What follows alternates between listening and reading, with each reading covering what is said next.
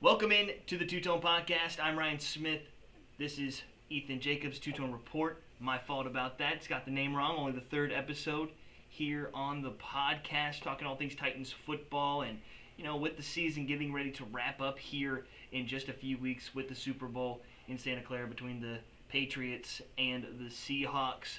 Let's take a look back at the Titans season, especially with a lot of these rookies, a really heavily rookie class that saw a lot of action out on the field here this season, mostly because of the, not a great roster all put together for veteran talent when it came to it, especially on the offensive side of the ball, where you see guys like Cam Ward and the plethora of fourth-round picks that made their way into the offensive scheme to take meaningful snaps. But Ethan, here to talk about some draft grades post 2025 season. How you doing, man? How's life been treating you since we last recorded last night? Or 30 seconds ago. Literally, Um, second time. you know, I'm feeling fantastic. I'm feeling froggy. I might jump. You know, who knows? Getting a little wild out here, son. I love to hear it, man. I love to hear it. But let's go ahead and talk about these rookies, man. We're gonna do 3 parts, 9 draft picks. Do it in rule of threes. So we'll take these first 3 draft picks for the Titans here. Cam Ward, Ethan, you're gonna help me on these names. Femi Oladejo, and then Kevin Winston Jr. First 3 picks. Hopefully I didn't You butcher did that. good. You did Beautiful. good. I'm great with names, by the way. So those first 3 picks, first, second, and third round, and I feel like there's no better place to start than the first overall pick in last year's draft, Cam Ward, and just talking about his season, and since he's kind of obviously the name that everybody's going to turn towards for the Titans, and on top of being out of these 3 picks, the guys who without a doubt got the most snaps by an infinite amount. Indeed, yeah. Well, you can't talk about the Titans draft class clearly without talking about the number one overall pick out of Miami, Cameron Anthony Ward. Uh, he had a big draft process for him. There was quite a controversy, which QB was the best, and I think everyone came to the consensus that Kim Ward was overall the best quarterback in Except the for Mel Kiper, class. because he's a Yeah, different except for animal. Mel Kiper and a lot of PR teams. Yeah, we talked about Um, that during this first recording that I messed up. But yeah, Mel Kiper's a moron. I can't. I don't think either of us can believe that they let him ramble on like a senile old man for that long about Shadur, the Pro Bowler Shadur. So maybe we're wrong. Maybe we're idiots. yeah, But that who Mel's knows? right, I guess. I Um, guess don't let him hear that. His head might grow even bigger. But but yeah, stats from the non-Pro Bowl Cam Ward season. rip. Uh, He threw for 3,169 yards, 15 touchdowns, and 7 interceptions, and he played in all 17 games, but left early. He started all 17 games, I should say. He left early in the 17th against the Jags with a shoulder injury, which looks to be nothing major. No surgery was required. Just a couple weeks of healing. He should be back for all of the major camp stuff easily. Yeah, Um, But yeah, these stats don't wow you. These stats don't freak you out. They don't, but they're not freaky. when you look at, yeah, they're not freaky like that. But when Good. you look at these games and you start at the beginning of the year, the Titans compared to the Patriots, I mean, just looking at the opposite. I mean, we had the Patriots in the Super Bowl. Great, good for them. We got the gauntlet. It sucks. We've played so many playoff teams. We played both teams that are in the Super Bowl right now. We played uh, wow, we played the NFC and AFC championship teams because half the teams aren't there. It's just crazy. We played so many playoff teams. Um, and Cam Ward's first 4 games of the season started out against the Broncos, Rams, Colts, and Texans. Um, all of which probably are playoff caliber teams. Well, 3 of them were playoff teams. The Colts, if Daniel Jones wouldn't have destroyed his leg Yeah. or whatever he did, would have been in the playoffs. Um, and you can see that he struggled early. These are Yeah. some really, really, really good teams. These are some tough teams. Tough teams, good defenses all around. I mean, it's also a rookie quarterback who hasn't necessarily played at the highest level for, you know, a super long time, even if, people have their feelings about the ACC, whether it's a very strong Power 4 conference or not, so be it. But there's also a guy who spent some time in the FCS out at Incarnate Word and, was a no-star recruit coming out of high school. So to say that he's been here playing the top competition would be, not necessarily the whole truth. But, having those first 4 games, like you said, and especially early season Colts, is just, if the expectation is for him to go out there and, drop 350 with the roster that's around him, and obviously seeing the coach that was around him, now fired, obviously, with Robert Saleh coming in, but did you see all the shit that was around him? And I mean shit in the literal sense. It's no wonder that, this first part of the season wasn't, what everybody was hoping it would be. Yeah, the lack of veteran presence there. Calvin Ridley with as many drops as I've ever seen, which I think PFF only credits him with 3.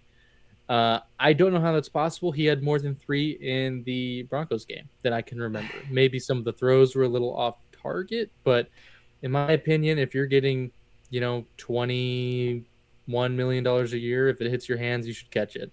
Yeah, PFF's always funky with their grades. Like, I know people like to use it when it benefits them, and they like to trash it when it doesn't. But their grades, sometimes they just don't make sense. Yeah, I mean that was one that I remember multiple times. Like, so yeah, some of the throws were a little off target, specifically in that Broncos game because the defense is insane. Um, but catch the ball. Make one catch. Make You if are the wide receiver 1. You're yeah, supposed to be that veteran in the wide receiver room. catch half of them. I need to open up That's the betting investigation again. yeah, maybe. Cause jeez, man. But yeah, Cam threw for 112 yards, 0 touchdowns, 0 interceptions with a passer rating of 54.5 against the Broncos defense. Threw for 175 yards, 1 touchdown, and with a rating of 82.3 against the Rams, which again we talked about this in the previous recording. That throw for the touchdown Oh, for his it first was it NFL was touchdown. unbelievable. It was one of the great. I saw it live. I was there. I was on that sideline as well, and I saw Alec was making something happen over there, and it's one of those things that from the from a spectator's point of view, he's wide open because you can see it, but on the field view, I don't even know how he knew he was open. It was something like it was crazy, And he just but trusted him, man. No, I texted you after that happened. I was like, "That's the craziest throw I think I've ever seen a quarterback make." it was crazy. Unbelievable throw from him, and I think that just kind of shows it's one play in many for Cam Ward that kind of shows what he can be. Yeah, exactly. It's little flashes here and there. And I mean, and then after a solid Rams game where we played the Rams really close, which was almost a Super Bowl team, a really good team, um, go to the Colts are at home. 219 passing yards, 1 touchdown, 1 interception, which was a pick six to open the game. A bit tough, a bit tough, but he bounced back and he didn't make another mistake like that again during the game. And it was really the only really, really bad interception I can remember him throwing.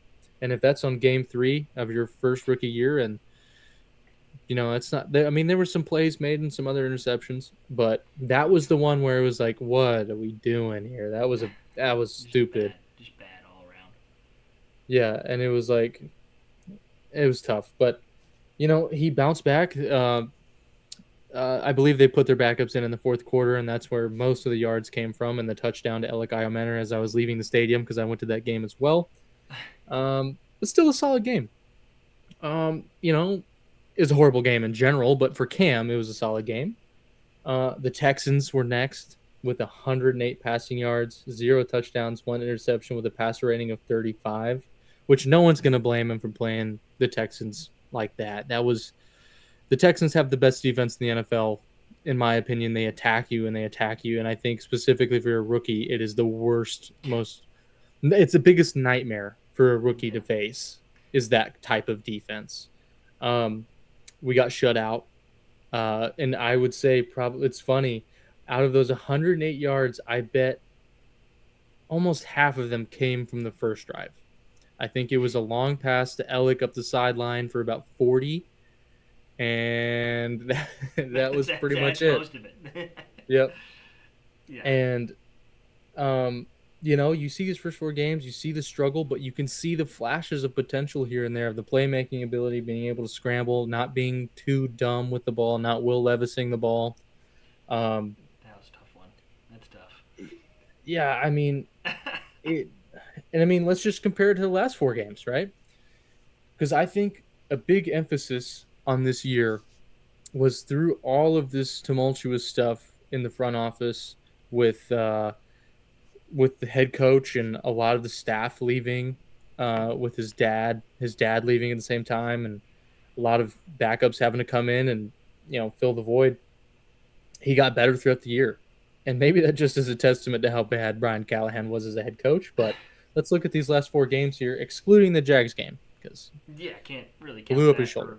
for one drive, but it was a promising game, albeit a Great drive. Opening yeah. drive was beautiful. It was amazing. I was like, wow, this is fun.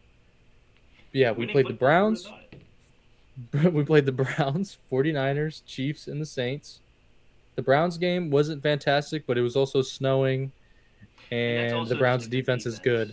good. That's just a good Yeah, defense with Miles Jim Garrett, who's going to Schwartz. be the defensive player of the year this year. So it's you know We held him to one sack. We were the one team, by the way, which is so funny to say that. But um, he threw for 117 yards, two touchdowns, opening drive touchdown. I believe that was the first opening drive touchdown the Titans had had in almost 2 years. Was against the Browns. it's not great. One pick with a passer rating of 70.1. The 49ers game, 170 yards, two touchdowns, zero interceptions with 101.2 passer rating with a great pass to Gunnar Helm for a touchdown. Um, then you got the Chiefs game, which is the most complete game of the season for the Tennessee Titans. The one game where it actually felt like we were um, the better coached team, the better prepared team. I shouldn't say coached, but more prepared team for that game. He threw for 228 yards, two touchdowns, zero interceptions with a passer rating of 122.6.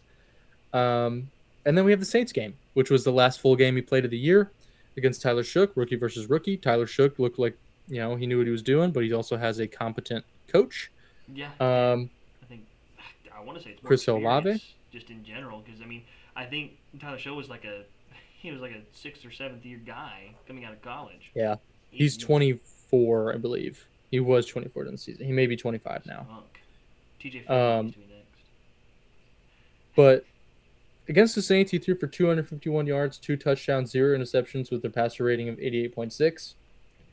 And the Jags game was a good start. Could have been promising, but you'll never know. Not going to really count it. Yeah, it's hard to, but still, it was a really promising opening drive at the very least. So it once again kind of just falls into your point of the difference in early year Cam than late year Cam. Exactly. It's maybe because there's no whiplash. Maybe it is just because of whiplash. Every week I was expecting like a comedic disaster You rushing or you because dragging? You said that. You said now that isn't quite my tempo. little whiplash reference right there. Awesome. Um, threw me off my game a little bit. But yeah, Will Levis, as much as I wanted to believe in Will Levis and as much as I think Will Levis can go to a team like a Malik Willis could probably go to a competent organization and become a talented quarterback, Will Levis has all the intangibles to be a great quarterback. He's got a cannon of an arm. Um, he can run the ball. He's got good size. But he's an idiot, or he was.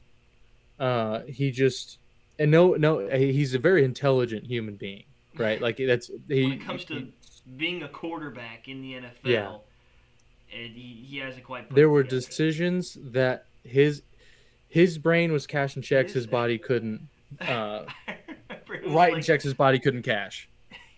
I just remember last season, it was like, what Will Levis picture are we gonna get from this week? Because every time he would have this one just screenshot, it's just the most inexplicable thing ever. Whether it's just him like laying out, pushing the ball, it's about to get picked, or just it's just something stupid every week, and it's like, what did he do this time? Yeah, I mean, and of course that he was coached up by Brian Callahan. He looked much better under Tim Kelly and Mike Vrabel in his first year, in his rookie year. Uh, it's he looked like a pretty all right quarterback. Did he look like amazing? No, but no one really looked great under Brian Callahan. There wasn't a No, single game that I can even remember where it was like, okay, that quarterback looked really good today. It's like, what are we talking about? This looked awful. it never really made sense to me whenever the Titans did hire Brian Callahan, just because it's one thing to like have the Adam Gase, Nathaniel Hackett type experiment where you've got a guy who basically rides the coattails of a quarterback to bigger and better things, but even like the signs were there that it was never going to work because when Joe Burrow was out, and there was plenty of opportunity for that because the guy can't stay healthy to save his life, which just sucks for him. His And O sucks for line's football. awful. It's an awful offensive line, which you could be a whole nother part of that. But you know, you saw him without Joe Burrow, and then I don't really know if you can count Joe Flacco into that because he's such a seasoned vet at this point that he's like Jake he's Browning. probably looking at Brian Callahan. It's like, shut the fuck up, nerd. I know what I'm doing. Leave me alone. But whenever some of these other quarterbacks that they would throw out there that wasn't Joe Burrow or Joe Flacco, they stunk. They were terrible offensively. Like they were never good. And then turns out when he goes to an organization like if he goes to the Titans to try and figure out a quarterback who needs to learn how to be a quarterback, was it really that big of a shock to see Will Levis fail and become the meme that he was just entirely? It shouldn't have been, but I feel like to a lot of people it was. I've got a little fun fact here for you. Yeah, lay it on So, me. uh, Brian Callahan was the quarterback coach for Peyton Manning in Denver. That sounds about right. Do you know what I'm getting at here? Yeah, so he's Adam Gase tree, baby. got love it, man. The Adam Gase tree saw a head coaching candidate before we get GTA 6. That's awesome, man. That's fantastic. That's great. The, Yeah, dude, that's awesome. But the again, virus these of Adam quarterbacks. Gase. Apparently, there were a lot of calls made to Peyton Manning about his time with Brian Callahan, and um, Brian Callahan had got rave reviews from Peyton Manning. So another court. We should just stop He's calling Peyton Manning about Peyton recommendations. Manning's the ultimate wingman for these guys in the Bad coaches. exactly. It's like, dude, it's like he's the ultimate wingman for that. You want to get a job, work with Peyton Manning. Be somewhat likable towards Peyton Manning, and and he'll get you a head coaching job. That's basically what it is. It's true. Well, speaking of playing like Peyton Manning, let's talk about the Seahawks game from Cam Ward, which was his best game of the season. Threw for 256 yards, one touchdown, zero interceptions, with a 91 passer rating. In this game, he had multiple Pat Mahomes level plays. Off script, you know, similar to the Rams game with the touchdown. Kept drives alive using his legs and getting first downs. Uh, the like I described it in the previous recording, but the play where he's getting rushed out of the pocket, and I'd say part of his body is already out of bounds. Like he's not touching out of bounds, but he's leaning over, probably already out of bounds, and throws across his body back to Xavier Restrepo in the middle of the field for a first down for about a 20-yard gain. And it's like, how? Yeah. How is that possible? This is the guy. And I mean, he had another throw where he was throwing to Chigakonkwo as he's being tackled. Like at the line of scrimmage, he's being tackled, gets rid of the ball, throws it about 11 yards out for a first down. I mean, it was just incredible. He kept this game alive. our defense couldn't keep up with the Seahawks offense. They scored 30. We were down 30-10. Now, we all know the elastic effect. Uh, we started scoring, a little bit late. We had a little bit of a comeback. Cam had a rushing TD. It was fun. Um, it just felt like this is what we needed to see next year more consistently. This feels like as these all these other games happen, there's a game that needs to be the benchmark for the next year. This needs to be the standard. This is that game. He's not, you know, throwing for 450 yards, 8 touchdowns. Like, he's not doing all that. This is the baseline of how most performances next year need to be for Cam Ward, for me to be excited about his development under the current head coaching, stuff, and with Dayball and the new system and all this crap. Um, Yeah. Again, I wanted to ask you a question. Um, is there a specific moment as you go through? I know you don't watch the games as religiously as I do, but you've seen plenty of stuff. Oh yeah. Is there a moment where you were like, other than like the really flashy stuff, is there a moment you were like, this guy has the trait or has the tools to be an NFL starting QB and be successful? I think. I mean, without using all the flashy off-script plays, which is kind of the whole point of why he was the first overall pick and why, I think, along with so many other people, think he is going to be a really successful quarterback at the NFL level. I think just going back to his, time at Miami and having that semblance of being able to play in somewhat of a system. I know when you play at Miami, and especially, with what they were able to do this season and all the way to the national championship, being able to, play there behind a good offensive line and, show that he's able to play in a system is a promising thing. But I'm kind of going to ignore what you were saying about not using the off-script plays, because that's what makes it so, promising for Cam Ward to be able to be a top 10, top 5 level quarterback in the NFL, because he can make those plays that you just can't teach as a quarterback's coach or as a head coach or as an offensive coordinator. You just can't teach those kinds of off-script plays where he's throwing it across his body, dropping it in the bucket in the end zone, or damn near out of bounds, just whipping it over the middle of the field to I'm going to mess up his name. I know who it is. It's just I'm going to mess up his name. Respiro, is that how you say it? Restrepo. I knew I was going to mess that up, but you know what I mean. College teammates, got all that shit. But just unbelievable throw after unbelievable throw. But he does have some of that semblance of being able to play in a system whenever he was back at Miami, because he was somewhat had the opportunity to do that. It's hard to have the opportunity, and I'll dive into some of the stats on like why I thought he had a good season. Not great, but it wasn't all his fault. Looking at the offensive line, I know we talked about it. It's better. It was better than it was, a season before, but it still wasn't all that great. It was PFF's 25th ranked pass protecting offensive line in the NFL, which is still very much in the lower third of the league, which obviously isn't great.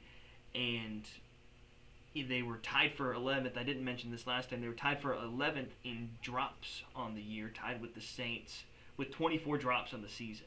And for a guy who already struggled with completion percentage, only 3 other quarterbacks that started a majority or a large amount of games this season had a lower completion percentage than Cam Ward did. And it was Caleb Williams, Shadur Sanders, and Dylan Gabriel. That's it. Everybody else who was below him were guys who got garbage time, who had like less than 100 pass attempts. So those don't really count. Those don't really matter. But the guys who actually threw the ball a lot, started for their team in multiple games, pretty much everybody had a higher completion percentage. I think it was like 59.2% for Cam, which is just, it's not good enough. It's nowhere near good enough, and I'm not saying it's all his fault. Like I said, he did have those 24 drops that, obviously are going to lower everything down. It had the split, the 1-to-2 interception or touchdown to interception ratio, which is, it's fine. like you said, the stats aren't going to blow anybody away. You're going to look at it, the box score watcher's going to look at it and be like, how is this dude the first overall pick? This guy's booty cheek ass, right? But when you look at the offensive line, the drop bombs the wide receiver room had, he was the second most sacked quarterback. And when you've got a guy who lives on, being off script, and because you kind of have to, because the offensive line's not doing its job, you're going to take some sacks that you shouldn't take, and that's going to be a part of it. But he still got sacked the second most amount of times. It's not like, more than half of those are going to be legitimate, offensive line just got beat off the line and he couldn't, finagle his way out of it. He, a lot of the stuff that was going around him, from the offensive line to the wide receiver room, ironically enough, Tony Pollard, which I would imagine came from those last couple of games, was a 1,000-yard rusher this season, which I didn't realize that. And with the lack of running game in the early parts of the season, I don't think anybody would have ever expected that, especially without Tajay Spears in the lineup. I guess he could be getting more carries, but still, it's like, whatever, right? 1,000-yard rusher, barely, but he just didn't have a whole lot of help whenever it came to any sort of offensive production.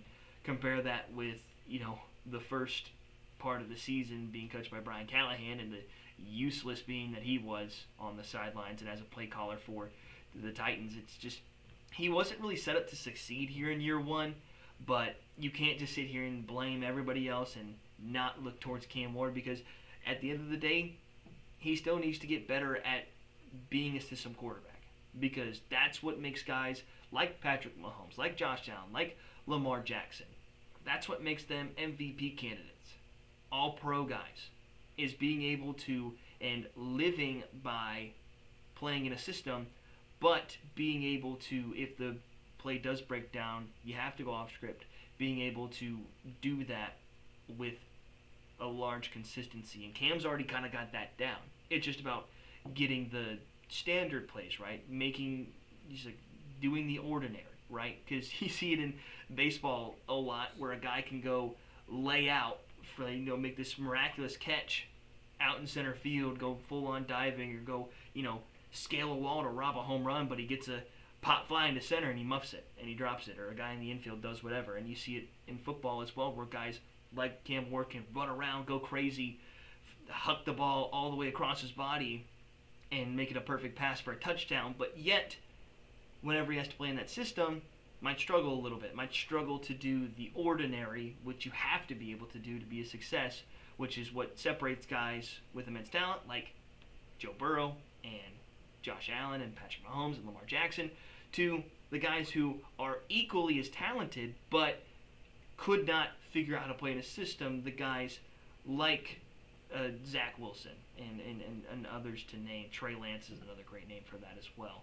Just, he's got to get better at playing in a system, and I think with Daboll and the new quarterbacks coach they just hired, I apologize, forget the guy's name, but he knows what that looks like you said earlier, with him being not just with Daboll in New York, but also in Buffalo whenever he was still working with Josh Allen. So he knows what it looks like to have a quarterback who can perform the ordinary and be able to play in a system, which he's going to have to learn. And, we'll see if he takes those steps heading into next season, which, with everything that you mentioned, with him growing as a player like you'd expect your first overall rookie quarterback to do as he gets more acclimated to the NFL level, there's no reason that he shouldn't. Exactly. I think Daboll's going to demand that from him. Yeah. I think Daboll... Jackson Dart is... I think Jackson Dart's talented, but he's going to run himself retarded into the ground. He's just going to hit his head so many times. I think he's not going to be able to have the career CTE by the end of his career. I've never seen a quarterback care less about wanting to protect his own skull. Really? Yeah. Well, maybe I've seen one more. Maybe I've seen one more quarterback. I wonder who you're referencing. Either way, I get what you mean. Jackson Dart definitely. That guy is going to have onset CTE here in the next 5 to 6 years. They got me. They got me good. But if I were to give a grade to Cam Ward, completing the draft eval.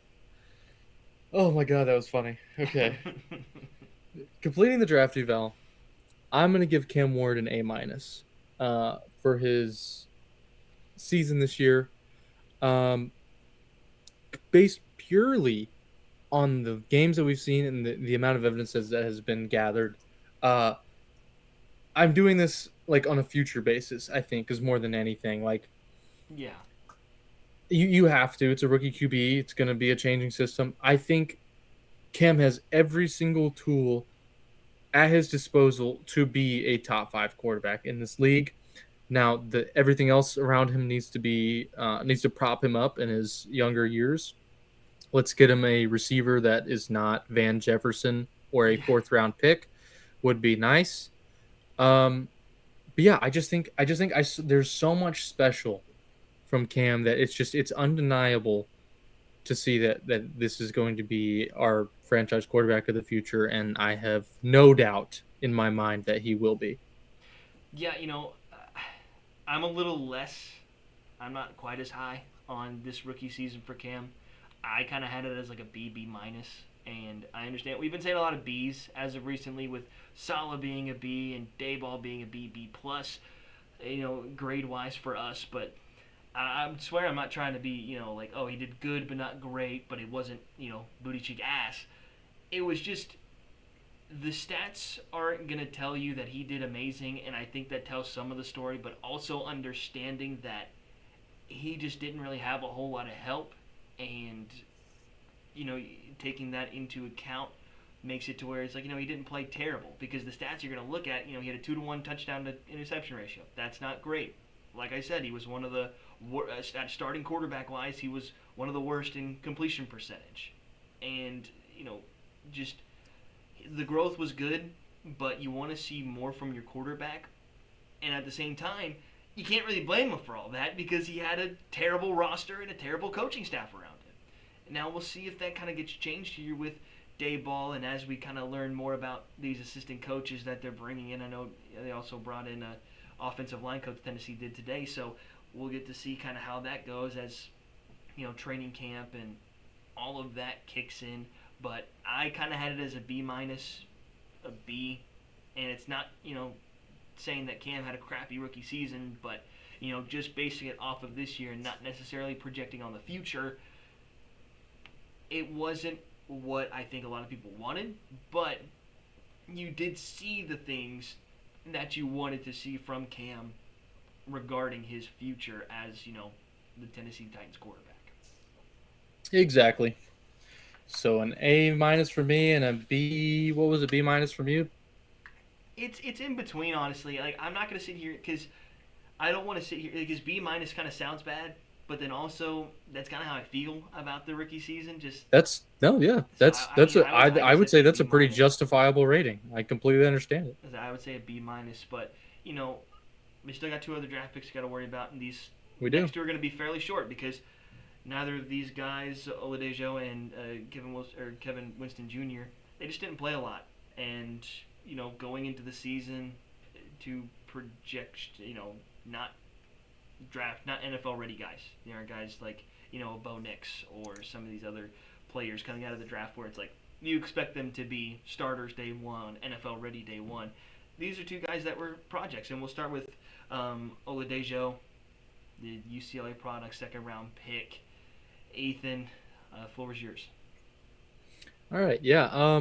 So originally he was an inside backer until his last 7 games of his final year at UCLA. So we drafted him. He's an edge defender, by the way. Is what his position would be. Um, and so when you look at that transition, you can understand like the intangibles. He's got the length, he's got the weight, he's got the size, he's got the arms, he's got the twitchiness. Um, he doesn't have many of the moves. He doesn't have the savviness. He doesn't have the bend. He doesn't have some of those things that those players that have been playing that position for so long Yeah, have. just the but the experience of potential, yeah, being an edge guy. exactly. It just comes with it. That comes with playing games and getting reps. Um, so you could from the moment he was drafted, I was not expecting like him to come out and be a Micah Parsons. That's not what I was expecting. If it would have happened, great. But um, everyone knew this was a project. This was very obviously a project. Did I think we overspent on this pick? I do think so. Uh, this was not the pick I wanted. I wanted Luther Burden really bad, and I think there was some pick savviness that could have happened to where it should have. Um, but you know, I'm not the guy turning in the card. Um, but this he still has plenty of upside, and this is a position that needed to be filled on this roster. Um, the upside is there, the talent is there, and each week he seemed to be getting better.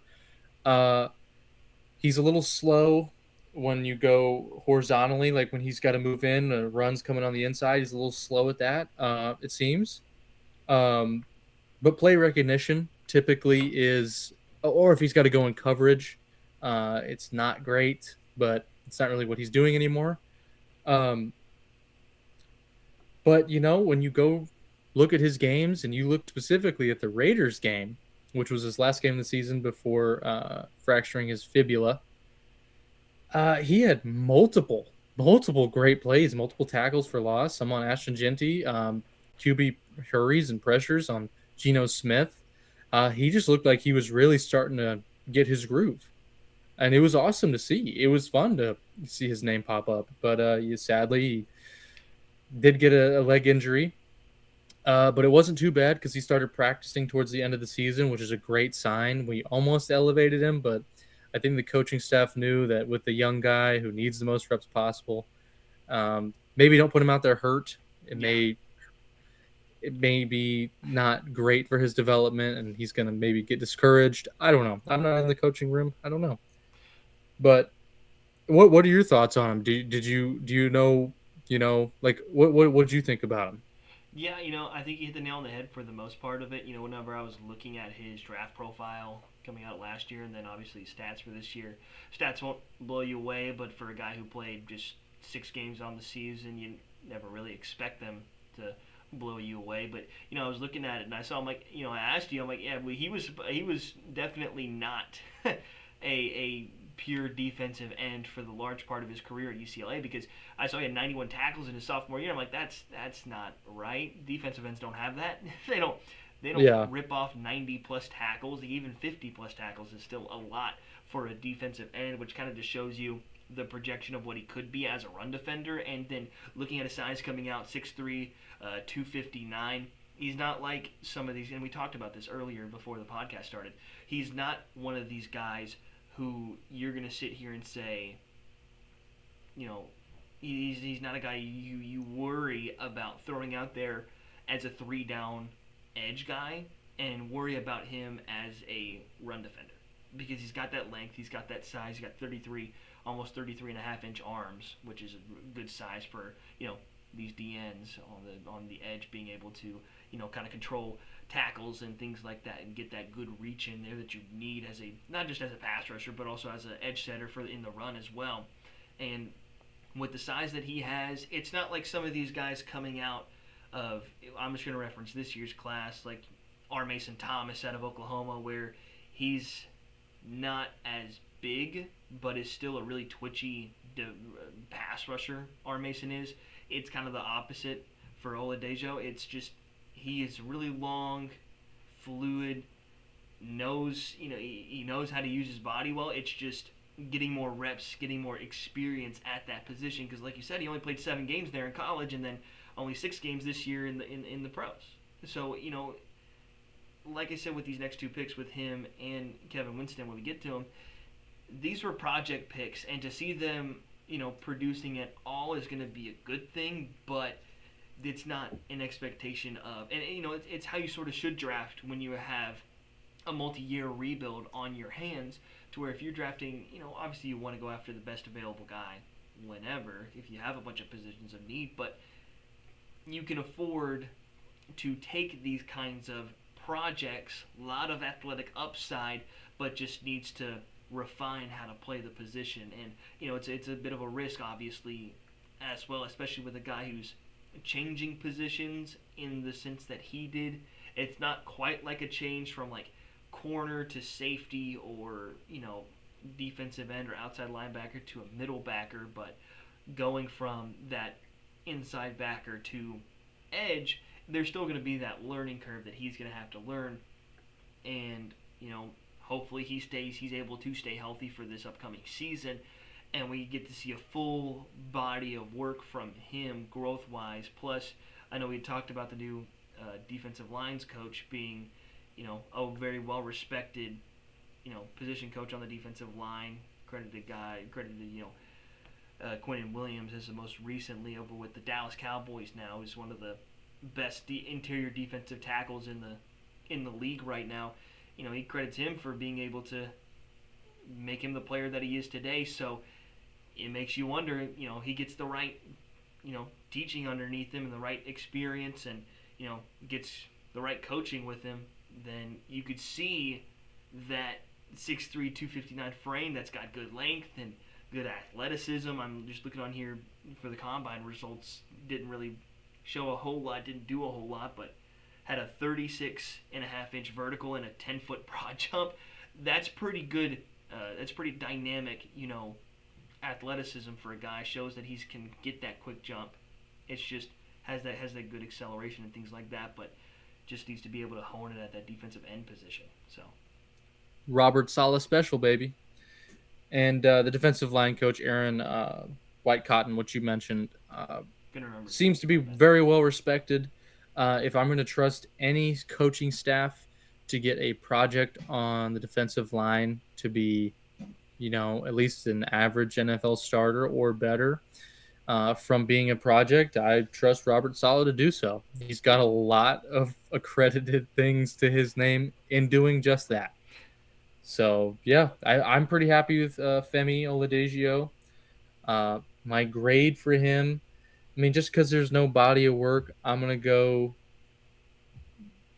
C minus probably. That I was either gonna go that or just incomplete, because you can't judge a guy who's only played 6 games, and especially a project like this who's only played 6 games. You can't really judge him and be like, this guy was shitty as hell, or this guy was the greatest thing alive. You can't judge him off of that.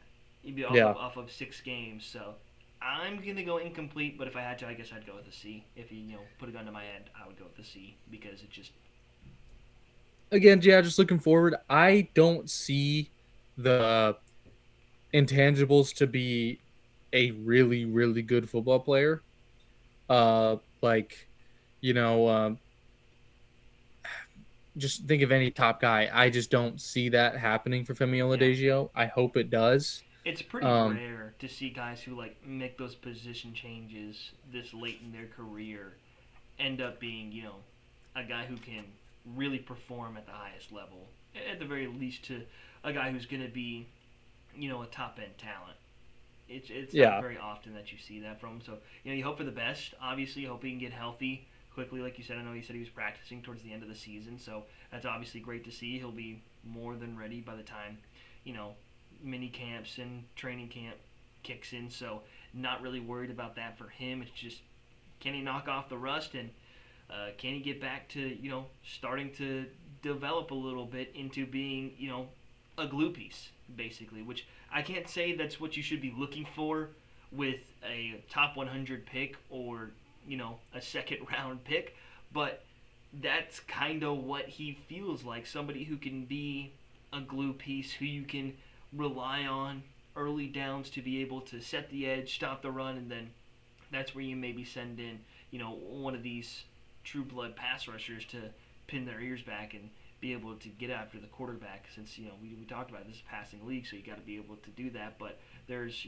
more than enough roles for a guy like Oladejo, who's can be a true, not necessarily a true 3-down guy, but an early down. We can hope he can develop into that. I mean, he's got the run stuffing ability. There's always a possibility to encourage that and build upon it, and I think this coaching staff can do that. Yeah. But I think his ceiling is maybe like I'm trying to think of a player that would be comparable. Um, his ceiling maybe if he were to have a career year and our defense is lighting it up, Like a maybe Jadeveon nine Clowney. snacks. Yeah, Jadeveon Clowney, 9, 10 sacks in a year, um, 8 sacks, which would Yeah. be a great production out of him. It'd be a great A guy who rotational can, piece. a guy who can sort of be second fiddle to somebody. You know, he's Yeah, not. It's kind of like you see a lot with these wide receivers and stuff like that, where I'm trying to. I had a couple in my head, but it's like you know, I guess a T. Chase Higgins. Claypool or a who? I was thinking like second fiddle, like I would say T. Higgins, Jamar Chase, Yeah, where it's like something they're along both those lines. very talented, but A clearly guy who one is maybe much better. maybe can't thrive as number one, getting the main attention. He won't be able to do that. But if he wants to play second fiddle to somebody and be like, hey, you can't worry about him solely because I can still win in a majority of these one-on-one reps on the outside. So if you leave me one-on-one, in a pass rushing situation, I can go win. Like that seems like his peak, like a Jadeveon Clowney, like I mentioned. So we'll see. If that's what he gets to as a peak, you pair him with obviously you already have Big Jeff Simmons, and you don't know if that's going to be somebody Devondre who Sweat. you don't know if that's going to be somebody who is still going to be around by the time he hits his peak, if he ever hits his peak. But that's kind of what you're hoping for is a Jadeveon Clowney type player. I'm gonna see if I can find Let's the get Ruben Bain in here and let's get combine Ruben. the two. Let's just make one player out of both of them. I'm trying Give to see. I'm trying to get see on the. cut off because Ruben Bain's whole thing is that he's got really short arms, but he's just the most productive player ever. Cut off Femi's arms and give him to Ruben Bain. Let's create a freak out here, son. Dude, Let's get him it's on like all that these D people line. where it's like, I'll give Joe Burrow my turf toe. Freaks. But yeah, I think C, I guess, is kind of both of our picks, our grades on Femi, because there's just not a lot to go off of, and I think for Kevin Winston Jr. it's going to be the same deal because once again there's just not a whole lot to go off of. Came into the season hurt and then got some good play time, but then he got hurt again. So it's like at that point it's just unlucky. Feels like the Titans have had a lot of bad luck in going after these defensive backs, whether it be corners or safeties and things like that, and having them stay healthy because there's been a lot of talent. I'm forgetting the first round pick they had a couple of years ago. I think it was the kid from Washington or Northwestern. It was a purple North school that the We talking about the Titans right now? yeah, it was a DB that they had drafted. He just couldn't stay healthy. Oh, Caleb. Oh my gosh, I know his name. I'm just being stupid right now.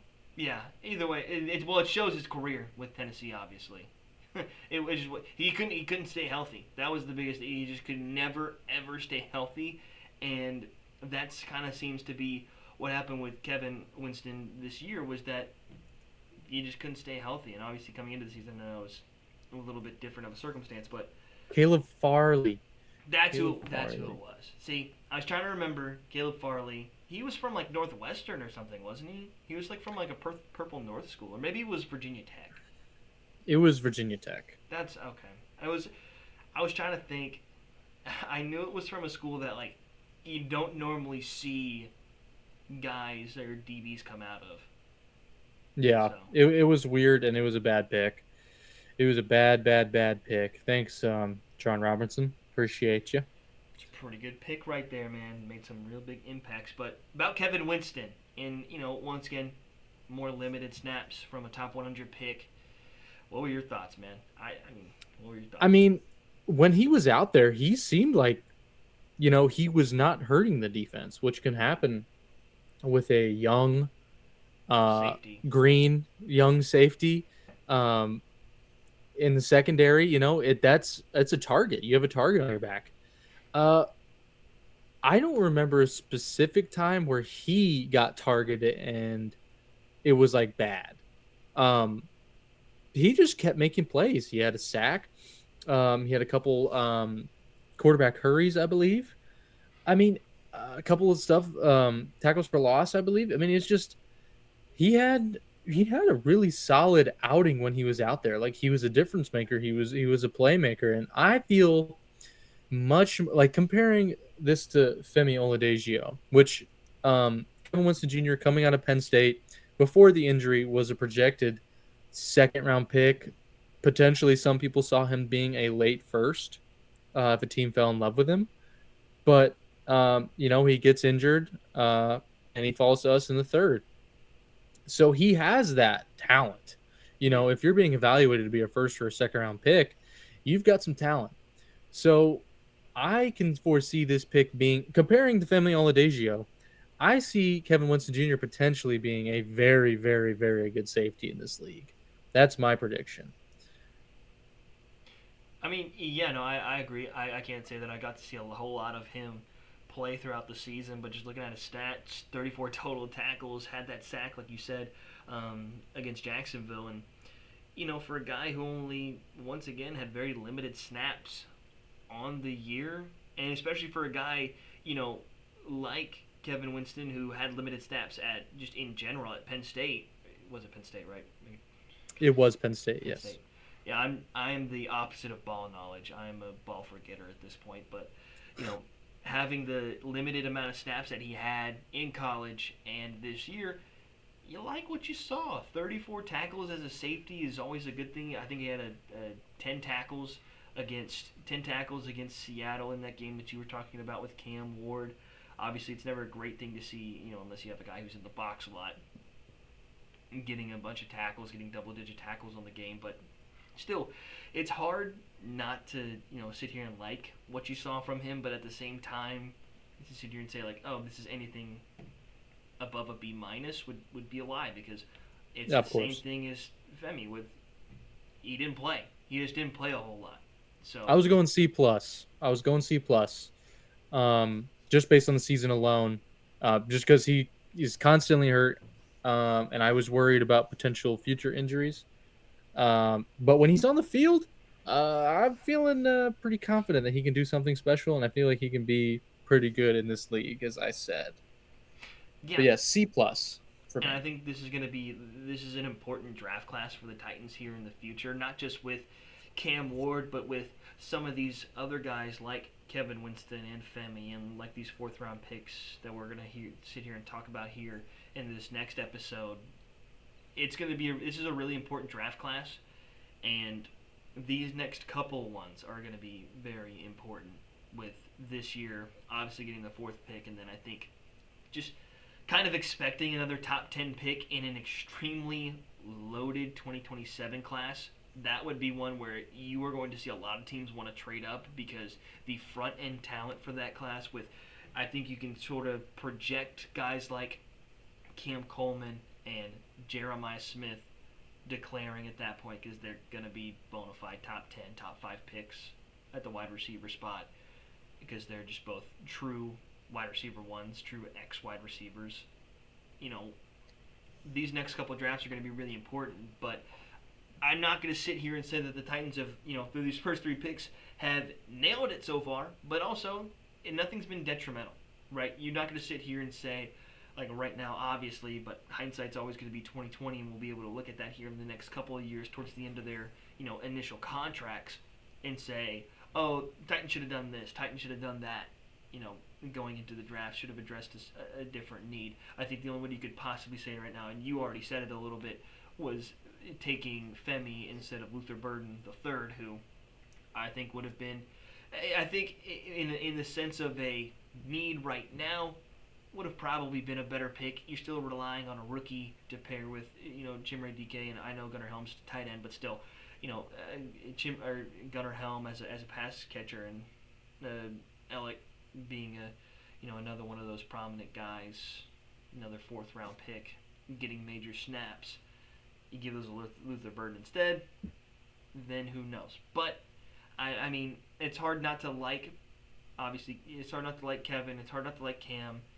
I can see why people don't like Femi, but we'll still just have to sort of just wait and see what the future has for, especially next season. I think next season is going to be a fairly telling thing on a lot of these guys, because you look at those back two second and third round picks. It's like, dude, if they get hurt again, don't play a full season, then it's like, you may have to cut your losses here early because is it worth it to have a project that can't stay on the field?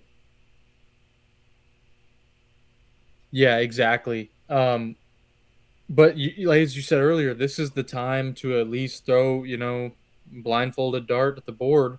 You might as well try to hit on a talent that you can get in the later rounds that could be something special. Like John Robinson loved to gamble in the first round. It worked sometimes. Jeffrey Simmons, torn ACL, had a big thing with a an incident involving domestic violence or whatever. It was something crazy, but that was just a whole crazy situation. He's been Walter Payton and the man multiple years in a row. He cares about his community. He's clearly a good person. Yeah. Um, but then you also have, as we mentioned, Caleb Farley, Isaiah Wilson. We have What a name. these. What an awful pick that was. Yeah, Is it he was. still It's just rapping? like, I know there was like he was like going out there and yeah, rapping, his trying to start off Panda his is career. something Panda. It was like his rap name. It was awful. That's funny. Um, But throwing a dart at the board in the third round, who's going to fault you for that? Who's going to fault you if you miss? You miss. It's a third round pick. You wish you could have got a little value out of it, but you could have got someone really special. You don't do that in the first round unless you are so sure that this talent is going to transcend and be able to translate to the NFL super well, which John Robinson was not good at doing. John Robinson was great at free agents. He was great at doing that sort of stuff. Sometimes. Now, other times he was bad. He could not draft to save his life. He had one or two good drafts, and he rode those coattails to the AFC Championship game and playoffs multiple times. And um, I hope Berganzi continues doing the philosophy that I think he is sticking to at the moment, which right now you kind of have the freedom when your team is bad to Yeah. try some things out. Um, That's the one freedom of all of this is that, you can allow to give these fourth and fifth round, blindfolded dartboard guys a chance to go out there and play some meaningful snaps because you don't expect to be good, and if they end up turning out to be a good player, like you saw, it's a little bit of a surprise with all four of those or all three of those, fourth round picks that they had to contribute in one way or another. Sometimes you get lucky with it. I don't think they'll do it this year, although I do feel as if this is a really good draft for middle round talent, especially in the wide receiver room, which is where I think the Titans, if you can get a guy like a Jeremy Bernard or an Omar Cooper Jr., one of those guys who isn't to going to pair go with a first free round, agent. but To pair with the free agent signing, exactly. of course. I know. I think the best fit's George Pickens, so he can be wide receiver one. I know. I literally talked about it earlier with Femi, where it's like some of these guys who try to get out of the shadow of a wide receiver one, kind of similar to what George Pickens and CeeDee Lamb was. What George Pickens was to CeeDee Lamb. A lot of the times it just doesn't end all that well. But for George, I think it's a little bit different because he did spend time without CD being the number one guy, and he still put up really good stats. But Just ultimate talent. yeah, We have the money to do it really too. good player. I mean, he's just a really good player. So we'll have to wait and see, kind of on that part of it. But I do think you've got a really good opportunity in the back end of this draft to be able to find some good wide receiver talent to pair with a free agent, to pair with some of these fourth round picks that we're getting ready to talk about here on this next episode. But just overall for these first three rounds, I think average grade of about a B minus, somewhere in that range. Average grade with a B. But what's it called again? Whenever you can, everyone gets a B in the class, so the professor will round up, so everyone gets an A. What's that called Oh, again? you curve it. Yeah, it will curve the grade. If they end up being um, better talents, we'll curve it a little bit. But Well, yeah, I mean, uh, and like we said, hindsight's always going to be 2020 with these things, and this is year one. If the expectation is for guys to be as good as they were, as good as they'll ever be in year one, then it would prove to be a lot of unsuccessful careers that could have been great, right? yeah, That you look at with hindsight, but I think that's pretty much it for this first little rating the rookies from this 2025 Titans draft class. We'll have these 4th round picks coming up tomorrow. It'll be a whole episode since they had 3 of them. And then rounding things off with those last 3 picks in the 5th, 6th, and 7th round. Which That's will all definitely we've be a got. shorter episode. It will be a shorter episode because, well, if the expectation is to have late day 3 guys be contributors and meaningful snaps, you're probably fired as a GM that next year. So, Yeah. That's all we've got for this episode. We'll have these other Rating the Rookie episodes coming up here in the near future. For Ethan Jacobs right above me, I'm Ryan Smith. This is the Two Tone Report. We'll see you guys here in a little bit. Thanks.